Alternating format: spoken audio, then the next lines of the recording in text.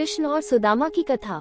श्री कृष्ण सुदामा की मित्रता बताती है कि मित्रता में राजा और रंग दोनों एक समान हैं। सुदामा श्री कृष्ण के परम मित्र थे।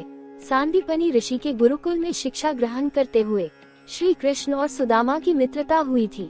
सुदामा पुराणों के ज्ञाता ब्राह्मण थे।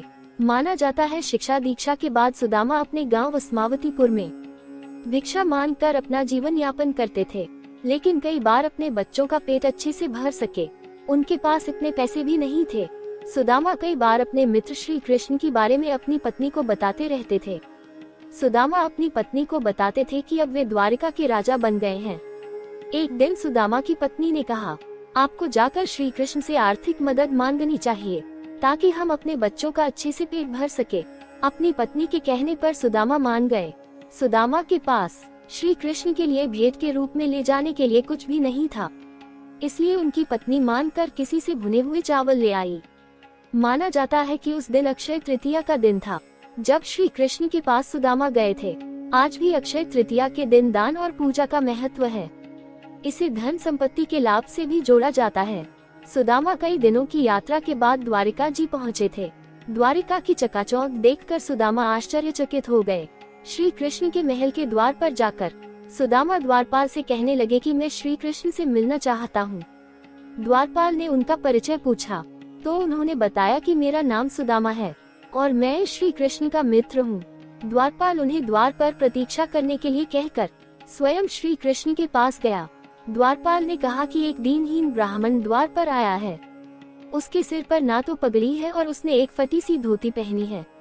पैरों में जूते भी नहीं है, लेकिन वह कह रहा है कि वह आपका मित्र है। उसका नाम सुदामा है। द्वारपाल के मुख से जब श्री कृष्ण ने सुदामा का नाम सुना तो श्री कृष्ण नंगे पांव दौड़े दौड़े द्वार पर गए। उन्होंने सुदामा को हृदय से लगा लिया।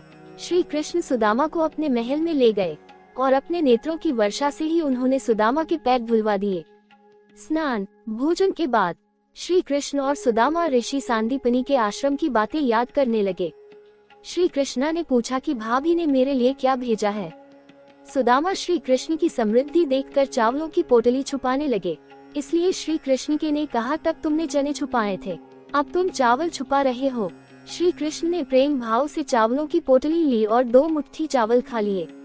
श्री कृष्ण कहने लगे, जितना रस मुझे आज इन चावलों को खाकर आया है, आज तक और किसी चीज को खाकर नहीं आया। सुदामा श्री कृष्ण से कुछ भी न मांग पाए, बिना कुछ मांगे ही घर लौट गए। रास्ते भर सोचते रहे कि पत्नी को जाकर क्या जवाब दूंगा, लेकिन घर पहुंचने पर टूटे फूटे घर की जगह महल बना था। उनकी पत्नी और बच्चे ने बहुत सुंदर वस्त्र पहने थे।